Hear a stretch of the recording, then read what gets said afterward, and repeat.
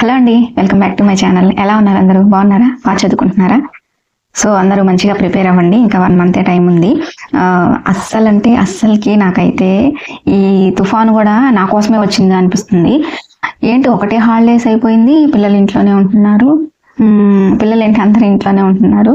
So చదువుకోవడానికి అస్సలు వీలు కావట్లేదు. సో ఉన్న టైంలోనే కొంచెం చదువుకుంటున్నాను.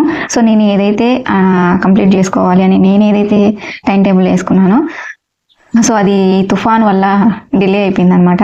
సో మొత్తానికి ఈ వర్షం కూడా ఈ తుఫాన్ గోల్ అయితే మొత్తానికి అయిపోయింది. సో ఇంకా ఫుల్ ఆన్ స్టడీలో ఉండాలి.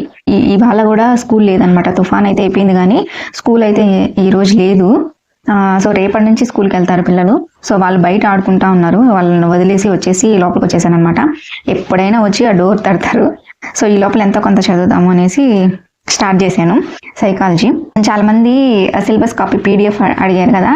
సో కొన్ని అంటే నా దగ్గర ఉన్న జెరాక్స్ కాపీలు అవి పీడిఎఫ్ పెట్టండి అని అడుగుతున్నారు. పెరుగుదల వికాసం చాప్టర్ అయితే చదువుతున్నాను. సో మీరందరూ అడిగినట్లుగానే తెలుగులో ఉన్న ఎస్జిటి సిలబస్ పీడిఎఫ్ని నా వాట్సాప్ ఛానల్ లింక్లో అయితే షేర్ చేశాను. సో ఎవరైనా వాట్సాప్ ఛానల్ ఎవరైనా ఫాలో అవ్వని వాళ్ళు ఉంటే వాట్సాప్ ఛానల్లోకి వెళ్ళి అక్కడ పీడిఎఫ్ ఉంటుంది, డౌన్లోడ్ చేసుకొని జెరాక్స్ తీర్చుకొని చదువుకోండి. నా వాట్సాప్ ఛానల్ లింక్ని కింద డిస్క్రిప్షన్లో మీకు ప్రొవైడ్ చేస్తాను, అక్కడికి వెళ్ళి చూడండి. సో అలాగే మనకి సైకాలజీలో ఆంగ్ల భాషా పదము, మూల పదము, ఆ భాషా పదము, అర్థము, సో ఇవి కూడా ఇంపార్టెంట్. ఒక మార్క్ అనేది గ్యారంటీ. అలాగే పదము, దాని యొక్క అర్థం వివరణ, సో ఇవి కూడా ఇంపార్టెంట్. సో పదాలు అంటే ఏంటి అంటే ఇవి ఉన్నాయి కదా. లాగోస్ అంటే ఏంటి, టాబ్యులరస్ అంటే ఏమిటి, శబ్ద ప్రమాణం అంటే ఏమిటి, రెడెంటిగ్రేటివ్ స్మృతి అంటే ఏమిటి, జైగార్నిక్ ప్రభావం అంటే ఏమిటి, తర్వాత పురోగమన అవరోధం, తిరోగమన అవరోధం, ఇలాంటి పదాలన్నీ కూడా ఇంపార్టెంట్ అనమాట. సో ఇంకోటి ఇడ్డు, ఈగో, సూపర్ ఈగో, దీని మీద లాస్ట్ టెట్లో కూడా మన డిఎస్సిలో కూడా బిట్ వచ్చింది. సో ఇవన్నీ ఇంపార్టెంట్ అనమాట. డెజావు అంటే ఏంటి, కన్సాలిడేషన్ అంటే ఏంటి, వాన్ రెస్టార్ఫ్ ప్రభావం అంటే ఏంటి, సో ఇవన్నీ పదాలు, వాటి యొక్క అర్థాలు ఏంటి అనేది కూడా చూసుకోవాలి. ఖచ్చితంగా మనకి అక్కడ బిట్ వస్తుంది. సో ఇందులో అయితే 72 పదాల వరకు ఇచ్చున్నారు. సో అవన్నీ ఒకసారి చదువుకోండి. ఆ తర్వాత సైకాలజీ వాటి గ్రంథాలు కూడా ఇంపార్టెంట్. తర్వాత స్టాన్లీ హాల్ రాసినవి, Watson, Vygotsky, Skinner, Pavlov, Thorndike, Kohler, Koffka వీళ్ళందరూ ఉన్నారు కదా. సో వాళ్ళందరూ రచించిన గ్రంథాలు. సో గ్రంథాలు కూడా ఇంపార్టెంట్. అవి కూడా చూసుకోండి. అంటే మనోవిజ్ఞాన శాస్త్ర పితామహుడు అంటే ఎవరు? William Wundt. సో అలాంటివి ఇంపార్టెంట్. అందులోంచి కూడా మనకు బిట్ రావచ్చు. సో అవి కూడా చూసుకోండి. సో ఇప్పుడైతే నేను పెరుగుదల, వికాసం, పరిపక్వత అయితే స్టార్ట్ చేశాను. చెప్పాను కదా, ఈ తుఫాను వల్ల మొత్తం అంతా ఆగిపోయిందన్నమాట.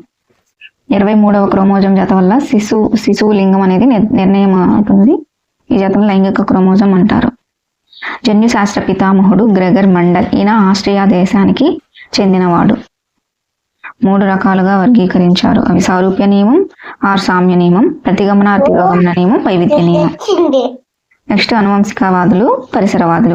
అనువంశికతావాదులు, పరిసరవాదులు ఉన్నారు కదా. సో అనువంశికతావాదులకి నేను పెట్టుకున్న కోడ్ ఏంటి అంటే, గోపి ఆవిడ ఫ్రీగా కిసి పెట్టింది అని పెట్టుకున్నా.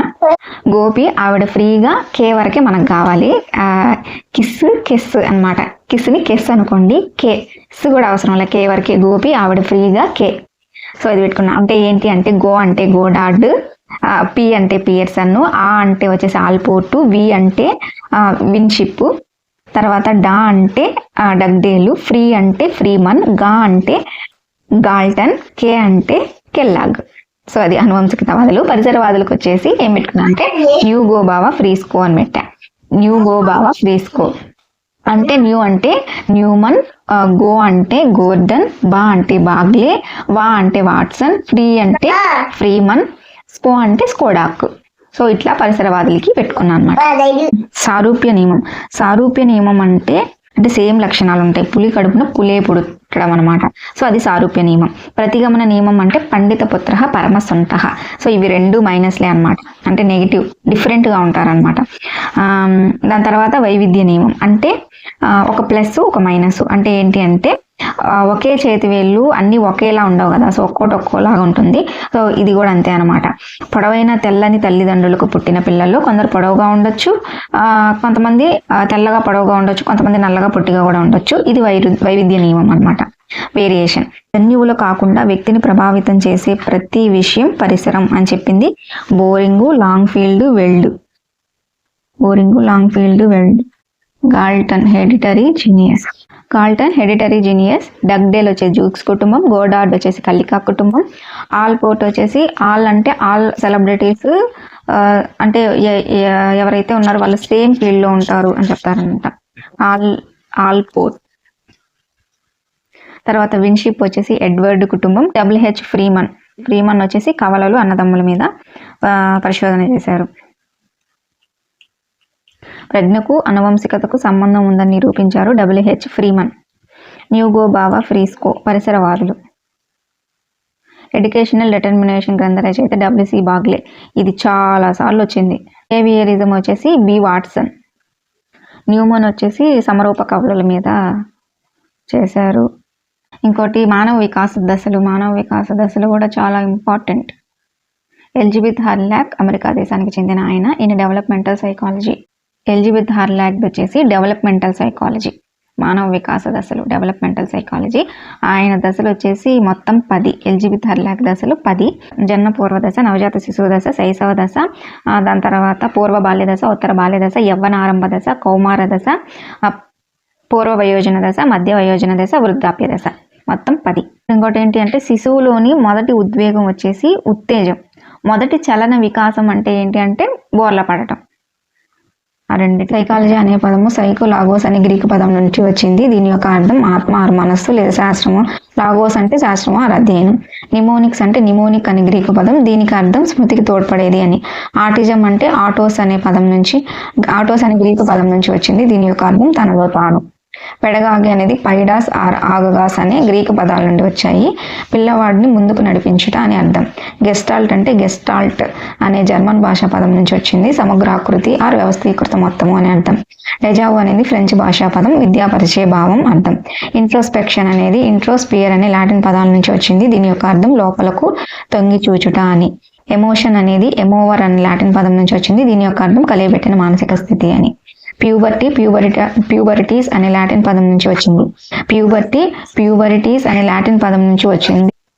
దీని యొక్క అర్థం మగాడు కావడం ఆరు పురుషత్వపు వయస్సు అని.